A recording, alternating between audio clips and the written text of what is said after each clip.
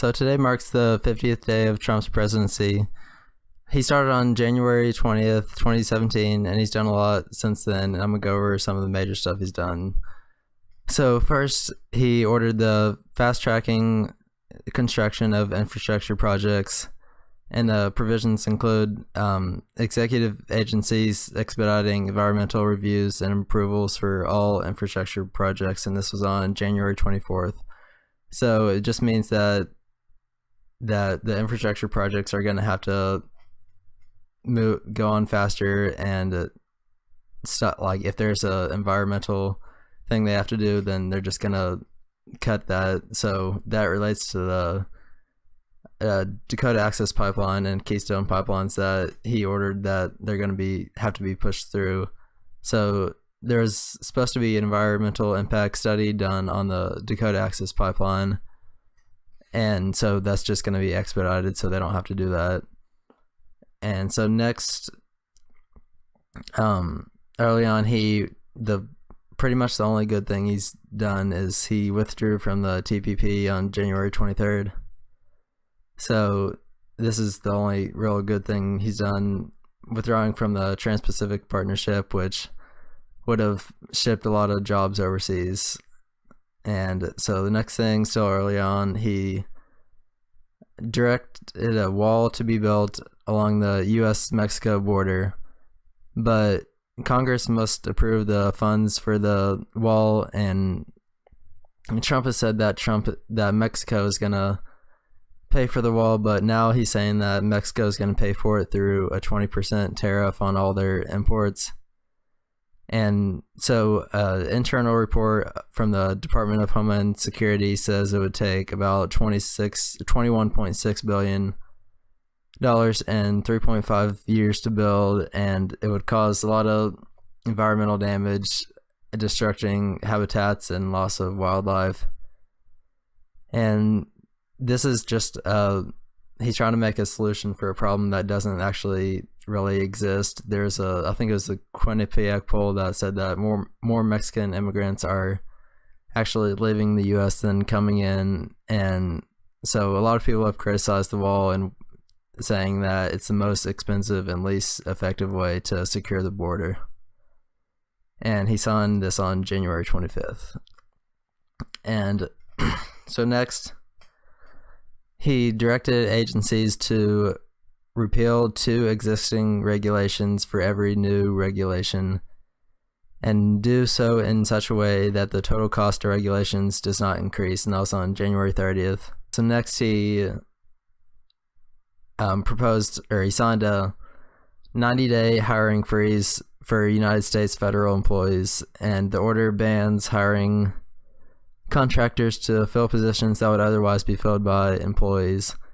And the order is criticized by a lot of Democrats that have cited a 1982 report that analyzed the hiring freezes that were done by the Reagan and Carter administration.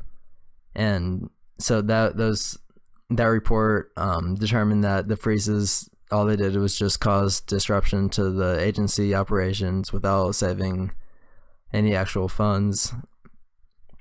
So next, he gave his speech. It was his first major speech since the inauguration. It was his address to Congress, and one part of it, he said that he wants to promote clean air and water, but he obviously hasn't done anything to try to promote that. What he's actually done is just proposed a 20% cut to the EPA, which would fire about 3,000 employees. And the actual White House website deleted all mentions of climate change, so he doesn't actually want to promote clean water. And you can see that because he also wants to push through the pipelines, which are very dangerous. And another thing, this was also early on, he reinstated the global gag rule, which is a signed policy that blocks U.S. federal funding for non-governmental organizations that provide abortion, counseling, or referrals, or advocate to decriminalize abortion or expand abortion services. So this is a policy that usually gets rolled back when a Democratic president takes office. So Obama took it off, and then so now Trump has reinstated it. And so it usually when a Democratic president takes office, they roll it back, and then when a Republican president takes office, they reinstate it. And so this gag rule has a lot of negative effects. It forces clinics to cut back on a range of critical healthcare services that have nothing to do with abortion, such as family planning, HIV testing, and malaria treatment. And so one of the biggest things Trump has done is the travel ban, so at first when he signed it, it suspended U.S. refugees admission program for 120 days. It suspended entry of Syrian refugees indefinitely. It blocked citizens of 7 Muslim majority countries for 90 days, and those countries were Iran, Iraq, Libya, Somalia, Sudan, Syria, and Yemen. And this travel ban also favored Christian refugees over Muslim refugees.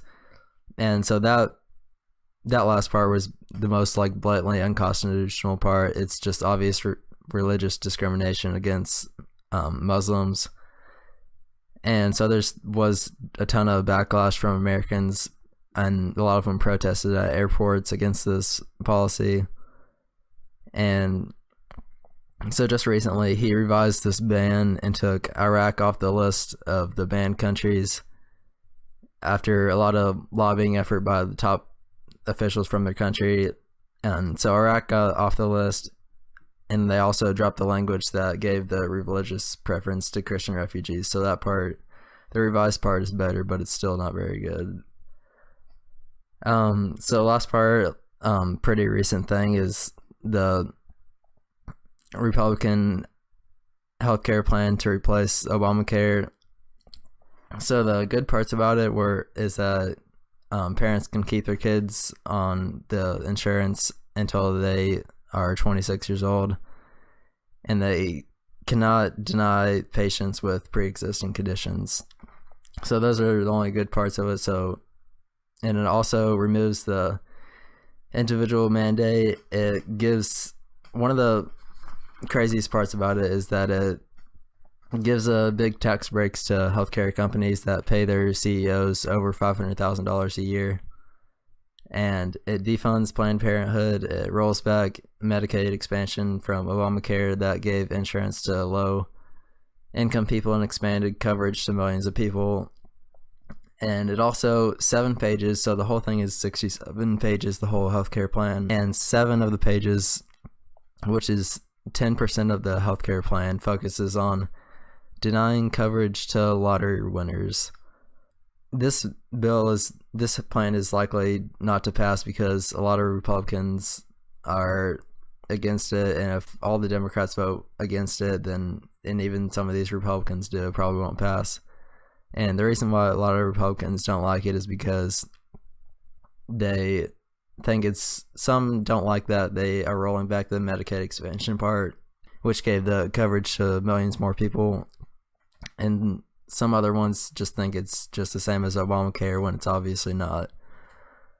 So overall, his first 50 days has been pretty terrible. The best part about it's been withdrawing from the Trans-Pacific Partnership, and I didn't really think Trump would do this much so fast.